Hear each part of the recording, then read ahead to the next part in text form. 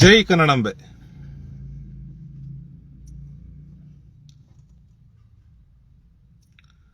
ಸಮಸ್ತ ಎಲ್ಲ ನನ್ನ ಕನ್ನಡ ಬಂಧುಗಳಿಗೆ, ಕನ್ನಡಿಗರ ಸ್ವಾಭಿಮಾನದ ಪಕ್ಷ ಕನ್ನಡ ದೇಶದ ಪಕ್ಷದ ವತಿಯಿಂದ ಶರಣಾರ್ಥಿಗಳು.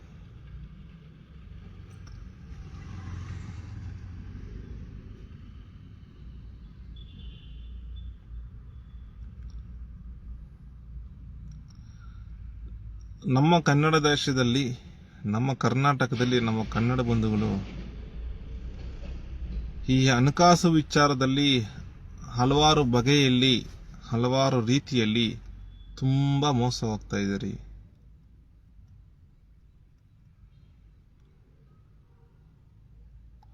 ಅದರಲ್ಲೂ ವಿಶೇಷವಾಗಿ ಜಾಸ್ತಿ ಮೋಸ ಹೋಗ್ತಾ ಇರೋದು ಹೊರಗಿನವರು, ಪರಭಾಷಿಕರು ನಡೆಸುವಂತಹ ಉದ್ಯಮಗಳು, ಹಣಕಾಸು ಸಂಸ್ಥೆಗಳು, ಇನ್ನಿತರ ಉದ್ಯಮಗಳಿಂದ ಮೋಸ ಹೋಗ್ತಾರೆ ಅಂತ ಜಾಸ್ತಿ ನಮ್ಮ ಕನ್ನಡ ಬಂಧುಗಳು.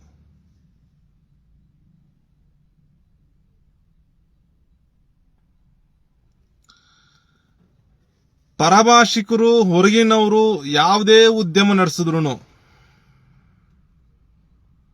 ಈ ಹಣಕಾಸು ಸಂಸ್ಥೆಗಳಾಗಿರಬಹುದು, ಇದರಿಂದ ಸಾಲ ತಗೊಂಡೋದಾಗಿರಬಹುದು, ಅಥವಾ ಅದರಿಂದ ಆ ಒಂದು ಹಣಕಾಸು ಸಂಸ್ಥೆಯಲ್ಲಿ ಹೂಡಿಕೆ ಮಾಡೋದಾಗಿರಬಹುದು. ಹೂಡಿಕೆ ಮಾಡಿದವರು ಮೋಸ ಹೋಗಿದ್ದಾರೆ, ಸಾಲ ತಗೊಂಡವರು ಸಾಲ ಕಟ್ಟಿ ಸತ್ ಸುಣ್ಣ ಆಗೋಗ್ಬಿಟ್ಟಿದ್ದಾರೆ.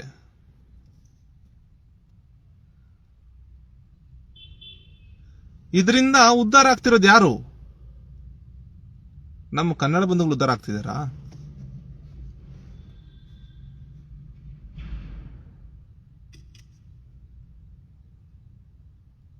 ಉದ್ಧಾರ ಆಗ್ತಿರೋದು ಹೊರಗಿನವರು, ಪರಭಾಷಿಕರು.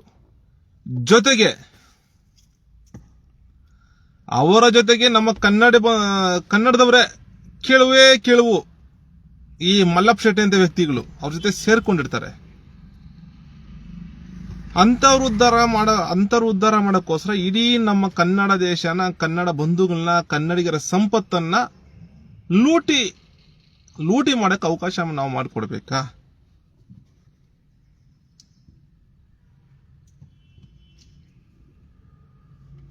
ಅದೇ ರೀತಿ ಚಿನ್ನದ ಅಂಗಡಿ, ನಮ್ಮ ಕನ್ನಡ ಬಂಧುಗಳು ಹಲವಾರು ಕಷ್ಟಪಟ್ಟು ಒಂದು ತಿಂಗಳ ಸಂಪಾದನೆ, ಒಂದು ತಿಂಗಳಿಗೆ ದುಡಿಮೆ ಮಾಡಬೇಕಂದ್ರೆ ತಿಂಗಳ ಸಂಪಾದನೆ ಮಾಡೋ ಎಷ್ಟೋ ಜನ ಕಾರ್ಮಿಕರಿಗೆ ತಿಂಗಳಿಗೊಂದ್ಸಲಿ ಬರುತ್ತೆ.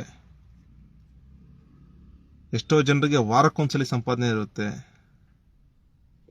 ಇನ್ನು ಹಳ್ಳಿಗಳ ಕಡೆ ಬಂದ್ರೆ ಇವತ್ತು ದಿನಗೂಲಿ ಇರುತ್ತೆ. ಇವತ್ತು ಕೂಲಿ ಮಾಡಿದ್ರೆ ಆವತ್ತೇ ದಿನ ಸಂಬಳ ಕೊಡಲ್ಲ, ದಿನಗೂಲಿ ಆವತ್ತೇ ಕೊಡಲ್ಲ. ಅವರು ಆವತ್ತು ಕೆಲ್ಸಕ್ಕೆ ಹೋಗಿ ಅವರು ಆ ಒಂದು ಏನ್ ಕೆಲಸ ಮಾಡಿರ್ತಾರೋ ಅದನ್ನ ಒಂದು 15 ದಿವಸ, ಒಂದು ತಿಂಗಳು ಬಿಟ್ಕೊಂಡು ಅವ್ರು ಕೂಲಿ ಕೊಡೋಂಥದ್ದು. ಈ ತರ ಒಂದೊಂದು ರೂಪಾಯಿ ತುಂಬಾ ಕಷ್ಟಪಟ್ಟು ನಮ್ಮ ಕನ್ನಡ ಬಂದಾಗ ನೀವು ಕೂಡಿಕಿರ್ತೀರ. ಈ ರೀತಿ ಕೂಡಿಕಿರೋ ಸಂದರ್ಭದಲ್ಲಿ ಸ್ವಲ್ಪ ಹಣ ವ್ಯಯ ಮಾಡಬೇಕಾದ್ರೆ ತುಂಬಾ ಯೋಚನೆ ಮಾಡಿ. ನಮ್ಮವ್ರು ಯಾರು, ಹೊರಗಿನವ್ರು ಯಾರು? ಹೊರಗಿನ ಒಂದು ಯಾವುದೇ ಒಂದು ಹಣಕಾಸು ಸಂಸ್ಥೆಗಳಲ್ಲಾಗಿರಬಹುದು, ಅಥವಾ ಚಿನ್ನದ ಅಂಗಡಿಗಳಲ್ಲಾಗಿರಬಹುದು, ಮಗದೊಂದು ಯಾವುದೇ ಉದ್ಯಮಗಳಲ್ಲಾಗಿರಬಹುದು, ಅದರಿಂದ ಮಾಡಿದ್ರೆ, ಅದರಿಂದ ಹೂಡಿಕೆ ಮಾಡೋದಾಗಿರ್ಬೋದು, ಅಥವಾ ಸಾಲ ತಗೊಳ್ಳೋದು, ಮತ್ತೊಂದು ಏನೇ ವ್ಯವಹಾರ ಮಾಡಿದ್ರು ಅದರಿಂದ ನಮ್ಗೆ ಏನು ಉಪಯೋಗ? ನಮ್ಮ ಕನ್ನಡ ಧರ್ಮಕ್ಕೆ ಏನು ಉಪಯೋಗ? ನಮ್ಮ ಕನ್ನಡ ಬಂಧುಗಳಿಗೆ ಏನು ಉಪಯೋಗ? ನಮ್ಮ ಕನ್ನಡ ದೇಶಕ್ಕೆ ಏನು ಉಪಯೋಗ ಅಂತ ಸ್ವಲ್ಪ ಅದು ಚಿಂತನೆ ಮಾಡಿ ಸಮಸ್ತ ಕನ್ನಡ ಬಂಧುಗಳೇ. ಈ ತರ ಎಲ್ಲ ಪ್ರತಿಯೊಂದು ವಿಚಾರಗಳು ಯೋಚನೆ ಮಾಡಿ ತುಂಬಾ ವಿಚಾರ ಮಾಡಿ ಹಣ ವ್ಯಯ ಮಾಡೋದನ್ನ ಅಥವಾ ಹಣ ಖರ್ಚು ಮಾಡೋದನ್ನ ಮಾಡಿದ್ರೆ ನಾವು ಉಳಿತೀವಿ, ನಮ್ಮ ಕನ್ನಡ ಧರ್ಮನೂ ಉಳಿಯುತ್ತೆ, ಕನ್ನಡ ದೇಶನೂ ಉಳಿಯುತ್ತೆ. ಪರಭಾಷಿಕರು, ಹೊರಗಿನವರು ಇಲ್ಲಿ ಕರ್ನಾಟಕದಲ್ಲಿ ಮಾಡುವ ಗೂಂಡಾಗಿರಿ, ದಬ್ಬಾಳಿಕೆ, ಶೋಷಣೆ ಎಲ್ಲ ನಿಲ್ಲುತ್ತೆ. ಈ ರೀತಿ ನಾವು ಮೋಸ ಹೋಗ್ತಿರೋದ್ರಿಂದ ಅವ್ರು ಬಂದು ದಬ್ಬಾಳಿಕೆ ಮಾಡಕ್ಕೆ ಸಾಧ್ಯ ಆಗ್ತಿದೆ. ನಮಗೆ ಆವಾಗ ಕರೆ ಬರ್ತಾ ಇರುತ್ತೆ, ಷೇರು ಮಾರುಕಟ್ಟೆ ಇಷ್ಟು ಹೂಡಿಕೆ ಮಾಡಿ ಅಷ್ಟು ಹೂಡಿಕೆ ಮಾಡಿ ನಿಮ್ಗೆ ಆ ತರ ಹಣ ಬರುತ್ತೆ ಈ ತರ ಹಣ ಬರುತ್ತೆ ಅಂತ ಹೇಳ್ಬಿಟ್ಟು ಅಷ್ಟು ಬಡ್ಡಿ ಕೊಡ್ತೀವಿ, ಈ ವರ್ಷಕ್ಕೆ ಇಷ್ಟು ಬಡ್ಡಿ ಕೊಡ್ತೀವಿ, ಹಾಗೆ ಹೀಗೆ ಅಂತ ಬಿಟ್ಟು ನಮ್ಗೆ ಒಂದು ಕರೆಗಳು ಬರ್ತಾ ಇರುತ್ತೆ.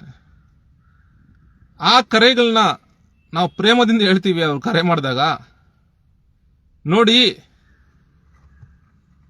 ನೀವು ಇಷ್ಟು ಹೂಡಿಕೆ ಮಾಡ್ತೀರ ಅಂತಾರೆ ಸರಿ, ನಮಗೆ ಅದಕ್ಕಿಂತ ಕಡಿಮೆ, ಈಗ ಒಂದೊಂದ್ಸಲಿ ನಮಗೆ 5 ಲಕ್ಷ ಹೂಡಿಕೆ ಮಾಡಿ 10 ಲಕ್ಷ ಹೂಡಿಕೆ ಮಾಡಿ ಅಂತ ಹೇಳ್ತಿರ್ತಾರೆ. ನೀವು ನಾನು 5 ಲಕ್ಷ ಹೂಡಿಕೆ ಮಾಡಿದ್ರೆ ನೀವು 3 ಲಕ್ಷ ಹೂಡಿಕೆ ಮಾಡಿ, ನಾಳೆ ನಿಮ್ಗೆ ಅಷ್ಟು ಹಣ ಕೊಡ್ತೀನಿ ಅಂತ ಹೇಳ್ತೀವಿ. ಅವ್ರ ಬಾಯಲ್ಲಿ ಉತ್ತರ ಇರಲ್ಲ. ಇನ್ನೊಂದ್ಸಲಿ ನಮ್ಮನ್ನೇ ಬೈದು ಕರೆ ಕಡಿತ ಮಾಡಿಬಿಡ್ತಾರೆ. ಕರೆ ಕಡಿತ ಮಾಡೋದಲ್ಲದೆ ಮತ್ತೆ ಕರೆ ನಿರ್ಬಂಧ ಹಾಕೊಳ್ಳುವಂಥದ್ದು, ಮತ್ತೆ ಪುನಃ ನಾವೇನೋ ಕರೆ ಮಾಡಕ್ ಹೋದ್ರೆ ಕರೆ ನಿರ್ಬಂಧ ಹಾಕೊಳ್ಳುವಂಥದ್ದು. ನಾವು ನಮ್ಮ ಅಮೂಲ್ಯವಾದ ಸಮಯ, ಅಮೂಲ್ಯವಾದ ದುಡಿಮೆ ಅಂತ ಷಂಡರಿಗಾಗಿ ಇಡಬೇಕಾ? ಅದು ಸಲುವಾಗಿ ಅಂತಹ ಷಂಡರಿಗೆ ಅಂತ ನಮ್ಮ ಅಮೂಲ್ಯವಾದ ಸಮಯನೇ ಅಂತ ಷಂಡರಿಗೆ ಮೀಸಲಿಡಲ್ಲ. ನಾವೇನೇ ಇದ್ರೂ ನಮ್ಮ ಅಮೂಲ್ಯವಾದ ಸಮಯ ನಮ್ಮ ಕನ್ನಡ ಬಂಧುಗಳ ಸಲುವಾಗಿ, ಕನ್ನಡ ಧರ್ಮದ ಸಲುವಾಗಿ, ನಮ್ಮ ಕನ್ನಡ ದೇಶದ ಸಲುವಾಗಿ ಮೀಸಲಿಡ್ತೀವಿ. ಯಾವುದೇ ಒಬ್ಬ ಅನಾಮಧೇಯ ಕರೆಗಳು ಬಂದಾಗ, ಈ ತರ ಹೂಡಿಕೆ ಮಾಡಿ ಆ ತರ ಹೂಡಿಕೆ ಮಾಡಿ ಅಂತ ಯಾವುದಾದ್ರು ಅನಾಮಧೇಯ ಕರೆಗಳು ಬಂದಾಗ, ಅವ್ರು ಕರೆ ಮಾಡೋರು ಇರಲ್ಲ, ಯಾರು ಕನ್ನಡದವರು ಆಗಿರಲ್ಲ. ಅವರೆಲ್ಲ ಒಂದು ಮರಾಠಿಯವರಾಗಿರ್ತಾರೆ, ಅಥವಾ ತೆಲುಗವರಾಗಿರ್ತಾರೆ, ಅಥವಾ ತಮಿಳವರಾಗಿರ್ತಾರೆ, ಅಥವಾ ಹಿಂದಿಯವರಾಗಿರ್ತಾರೆ. ಅವ್ರಿಗೆಲ್ಲ ಕನ್ನಡ ಮಾತಾಡೋ ರೀತಿ ಅಂದ್ರೆ ಅವ್ರಿಗೇನು ಪೂರ್ತಿ ಕನ್ನಡ ಬರಲ್ಲ. ಒಂದು 20% ಅಥವಾ 30% ಕನ್ನಡ ಮಾತಾಡ್ತಾರೆ ಅಷ್ಟೇ. ಅಷ್ಟು ತರಬೇತಿ ಕೊಟ್ಬಿಟ್ಟು ನಮ್ಮ ಜನರನ್ನ ಮರಳು ಮಾಡಿ ಕರೆಗಳು ಮಾಡಿಕೊಂಡು ನಿಮ್ಗೆ ಅದಿದೆ ಇದಿದೆ ಅನ್ಕೊಂಡು, ಜೊತೆಗೆ ಒಂದೊಂದ್ಸಲಿ ನಿಮ್ದು ತುಂಬಾ ನಿಮ್ಮ ಖಾತೆ ಉಳಿತಾಯ ಖಾತೆ ತುಂಬಾ ಅಪಾಯದಲ್ಲಿದೆ, ನಿಮ್ಮೊಂದು ಸಂಖ್ಯೆ ಬರುತ್ತೆ, ಆ ಸಂಖ್ಯೆ ಹೇಳಿ ಎಲ್ಲ ಸರಿ ಮಾಡ್ತೀವಿ ಅಂತ ಆ ತರ ಒಂದು ಕರೆಗಳು ಮಾಡಿಕೊಂಡು ತುಂಬಾ ಲೂಟಿ ಹೊಡೆಯೋದು ಜಾಸ್ತಿ ಆಗೋಗ್ಬಿಟ್ಟಿದೆ ಈ ತರ ಘಟನೆಗಳು.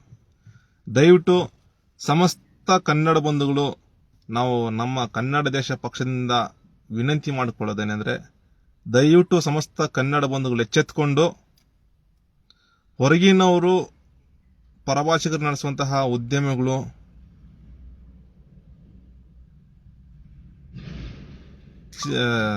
ಯಾವುದೇ ಉದ್ಯಮ ಆಗಿರ್ಬೋದು ಅಥವಾ ಹಣ ಹೂಡಿಕೆ ಮಾಡೋದಾಗಿರ್ಬೋದು, ಸಾಲ ತಗೊಳ್ಳೋದಾಗಿರ್ಬೋದು, ತುಂಬಾ ಎಚ್ಚರಿಕೆಯಿಂದ ಇರಿ.